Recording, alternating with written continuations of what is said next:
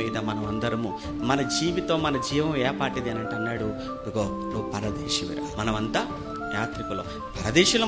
మనం పరదేశులు అనే సంగతి మనకి ఇప్పుడు బ్రతుకున్నప్పుడు ఇప్పుడు అర్థం కాదండి. చచ్చిపోయిన తర్వాత శవాన్ని పెట్టెలో పెట్టి ఊరు ఏమంటే శ్మశానం తీసుకుని వెళ్ళిపోయేటప్పుడు అప్పుడు ఒక మంచి పాట పాడతారు. మీ అందరికి బాగా తెలుసు ఆ పాట. ఏమంటారు? పరదేశులు ప్రియులారా.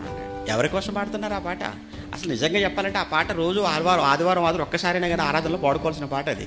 కానీ ఆ పాట బతుకున్నప్పుడు పాడితే ఆరాధనలో చక్కగా బాగుండేది. ఒక నిజంగా ఆ రోజు ఆరాధనలో ఒకవేళ పాట పాడుకుని ఉంటే అర్థమైపోయేది, నిజమే కదా, మన పరదేశులం కదా, మన పురమేది కాదు కదా. మన పురమేది కానప్పుడు అడుగు స్థలం కోసం పెట్టి మా అన్నతో గొడవ పడుతున్నాను, అన్న దగ్గరికి వెళ్ళిపోయి, అన్న సారీ అన్న, నాకు ఈరోజు అర్థమైపోయింది, అసలు ఈ దేశమే మంది కాదు, ఈ ఊరే మంది కానప్పుడు ఈ అడుగు స్థలం కోసం నీకు నాకు మధ్య విభేదం ఏంటి, కావాలని ఉంచేసుకో. కానీ ఆ పాట పాడరు కదా ఆ రోజు. ఎప్పుడు ఈ పాట ప్రత్యేకంగా ఎప్పుడు పాడాలంటే చచ్చిపోయిన తర్వాత శవాన్ని తీసుకునేటప్పుడు పాడాలి. ఎవరి కోసం? శవం కోసమా?